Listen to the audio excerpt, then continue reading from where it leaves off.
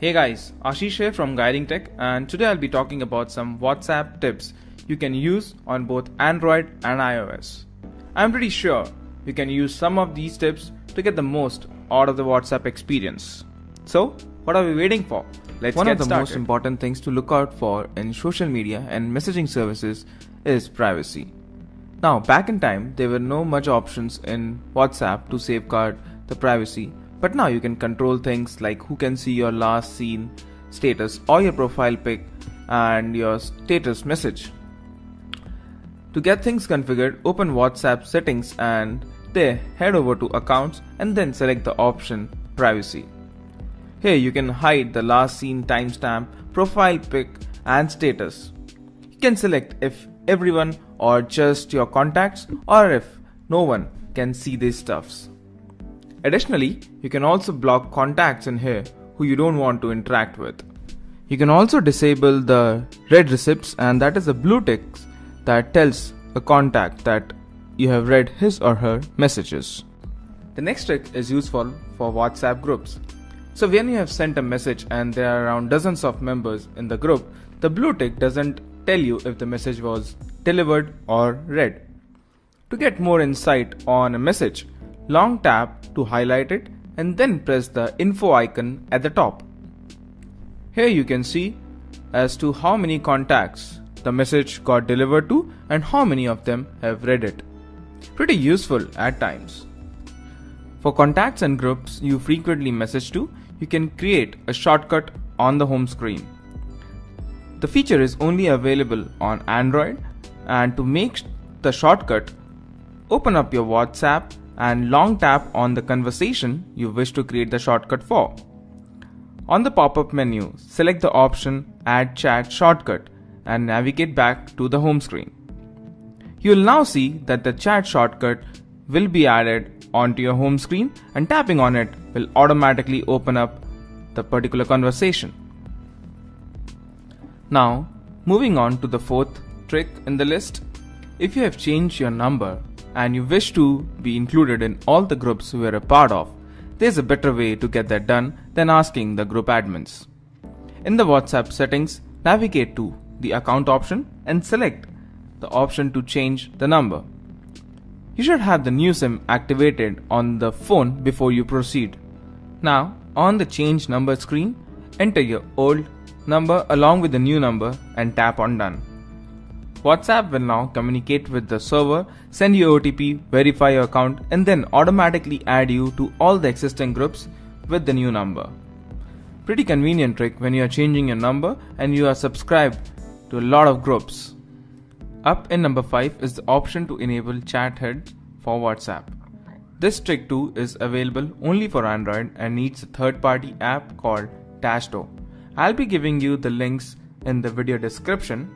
And after you activate the app, the floating icon will help you with the notifications and you'll be able to read the messages for the incoming WhatsApp messages. However, in order to reply, you'll have to open up WhatsApp, and this limitation is imposed by the app itself. But this is the closest you can get to the floating notifications. The sixth trick is the option to save data while making a WhatsApp call, and the option can be activated from chats and call settings for both Android and iOS. Tried the feature for 1 minute of WhatsApp call. I saw that the data transmitted was just 90 KB while the data saving was on compared to the 150 KB without the option turned on. Now about the quality, I didn't get any lags and any issues with the call quality, and overall it's a nice feature for those on a limited data. Now we know that WhatsApp doesn't allow two apps to be installed on a single device, and if you have a dual SIM Android or you just need to use WhatsApp on a single device in case you carry two phones, there is a way out. Click on the video link you see on the top right hand side, and it will open up the detailed guide on how you can use multiple WhatsApp on a single dual SIM Android device. A pretty useful trick, trust me. Now, to save data even further while you are on cellular network, you can choose to deactivate auto media download. To configure the settings, navigate to the calls and chat setting in WhatsApp and choose the option of media auto download. Here you can configure what can be downloaded while you're on the data or the Wi-Fi and the roaming network.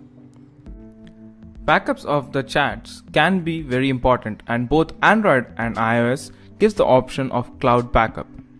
The backup option is located under the chat settings, and while the iOS backups can only be taken on iCloud, Android gives the option to use local storage as well as Google Drive as the backup location. Finally, coming to the last trick in the bag, and that's to use WhatsApp Web. While you're working on computer, you can use the browser to send or receive messages through WhatsApp. However, the point to note here is that the browser will only emulate the WhatsApp that's on the phone, and at the end, the messages will be sent and received using the phone network itself. Now, to activate WhatsApp Web, open WhatsApp web page on the browser and at the same time open the settings on your app. Finally, all you need to do is scan the QR code, and once paired, you'll be able to use the WhatsApp on your browser. So guys, those were some of the WhatsApp tips to become a power user, and I'm sure you liked the video. Don't forget to share this with your friends on Facebook and Twitter if you think it will help them.